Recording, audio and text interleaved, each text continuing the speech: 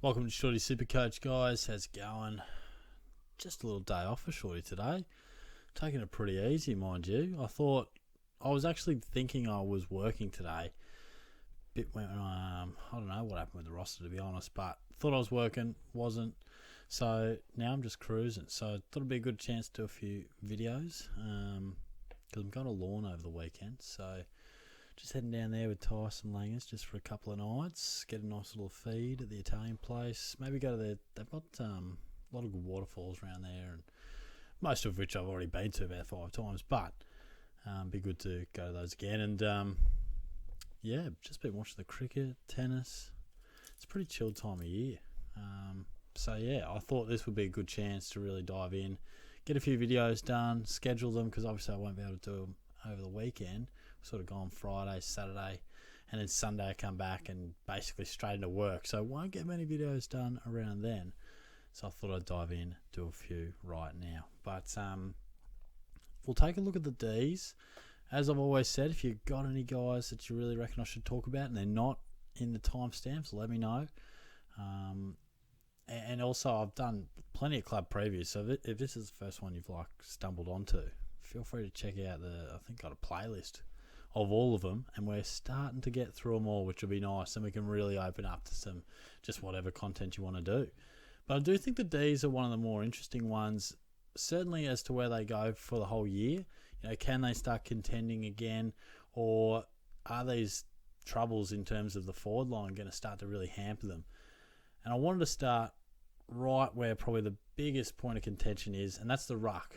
Now, we've seen Grundy go to the Ds, which was a bit of a surprise move. I know the Cats were in line for it at one stage. There were a few other contenders. Would he stay at the Pies? Would he not? And he lands at Melbourne alongside the best ruckman in the competition. So how is this going to work? My initial thought is it'll be sort of Mark Blitzarv's Reece Stanley kind of vibe, where one's a bit more of a follower. They have secondary positions, man behind the ball, does one play forward. Where do they run to after the initial centre bounce? How will it all look? But in terms of SuperCoach, Grundy was well down last year. Now, 103 doesn't look that bad, but gee, he was off. He was well off. His glory days of 2018 and 2019, where he went 130 and 130. Even 2020, 120. But then his last couple, it's crazy to think. His numbers are ridiculously good. But it hasn't seemed like we've had Grundy's best footy for 3 years. Yet he's averaged 100 plus every single time. Now last year, he of course got injured just when he started to really respond. He had a really good game, got injured in it. And look at his numbers. They don't seem that bad. But there was something off with Grundy. I don't know what it is. He's not winning as much of the ball. And I think that'll be reflective in the numbers. Now, averaging 20 touches in 2018 and 2019.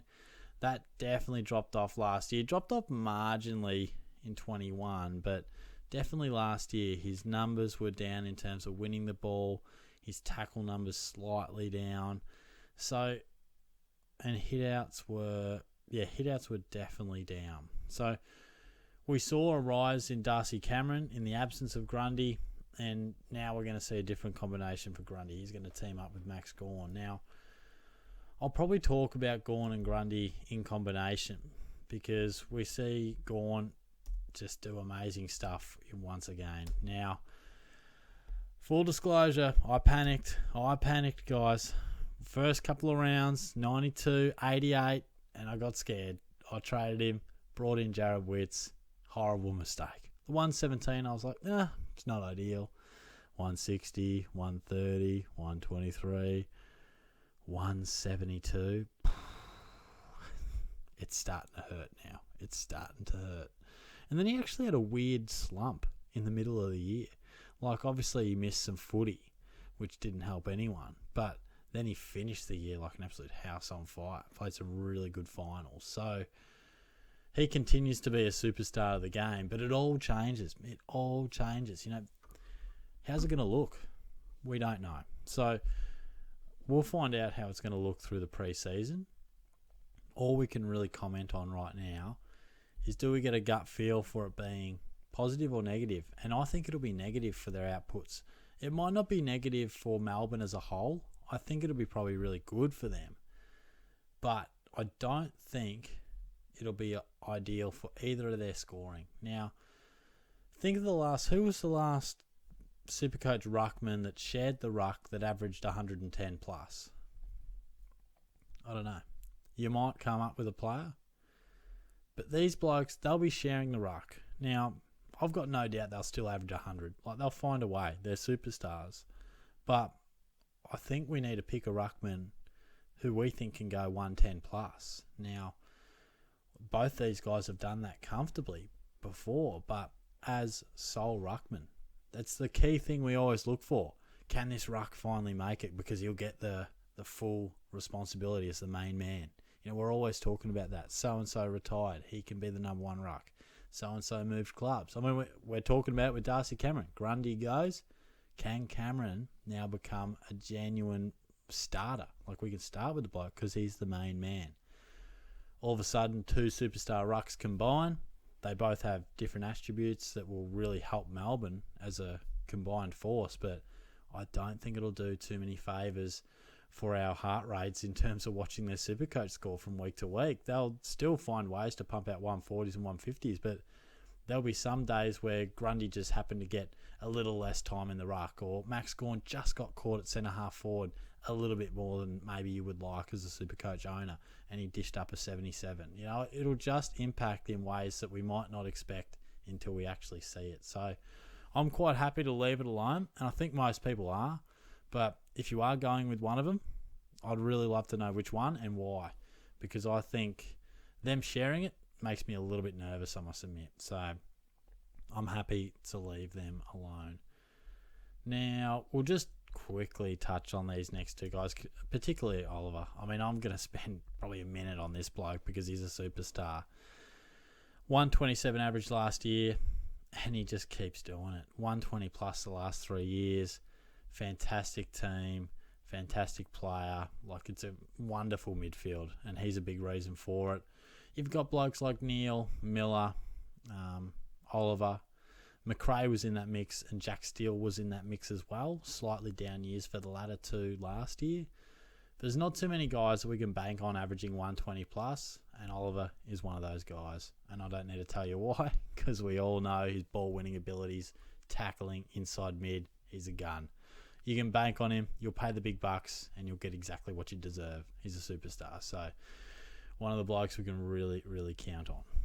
Similar can be said for his teammate Christian Petracca, who has not quite the same level, but has been a superstar for a long time. Hasn't always been reflected in SuperCoach numbers, but the last 3 years it really has. And he's not a 120 pluser like Oliver. He probably doesn't use the ball as well. He doesn't find it as many times.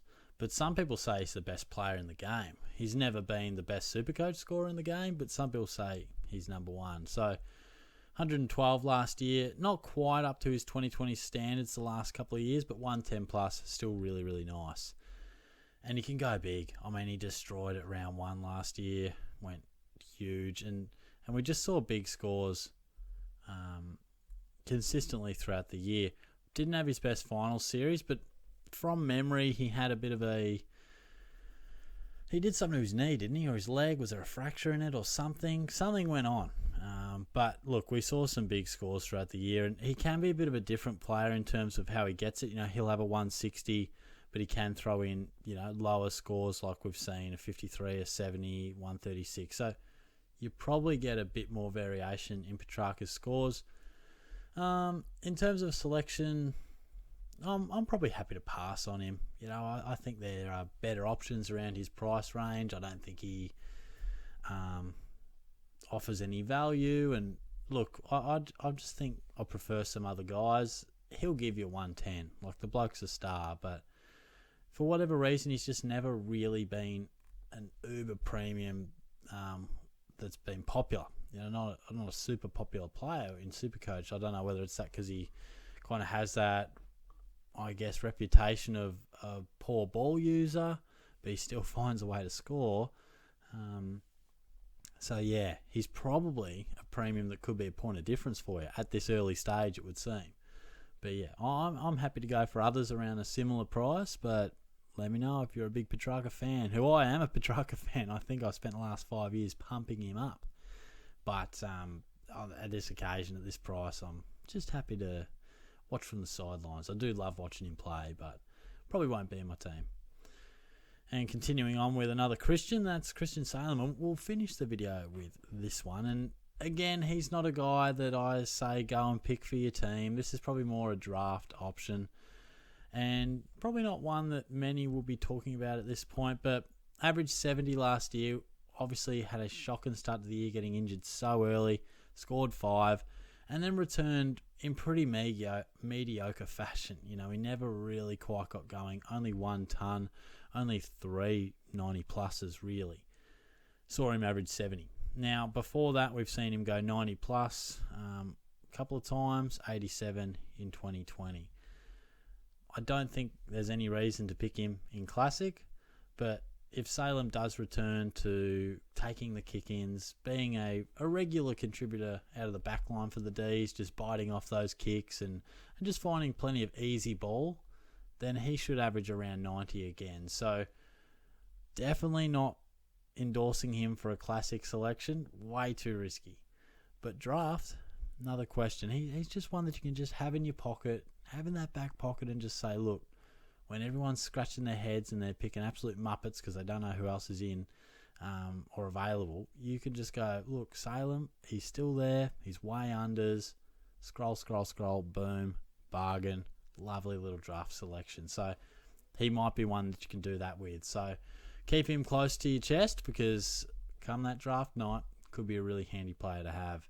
But of course, watch his role. Make sure he is taking those kick-ins and getting that half-back flank kind of easy pill that we just love our defenders to get. So yeah, I'm going to call it right there, guys. Hope you're having a pretty decent week or weekend, whichever time I sort of choose to schedule this one. But yeah, I'll be back soon. We'll keep these previews rolling. And yeah, it's a bit of fun. We're really starting to get to the real stuff now. Once these previews get done, can really unload into some good stuff. So looking forward to it. Cheers, guys.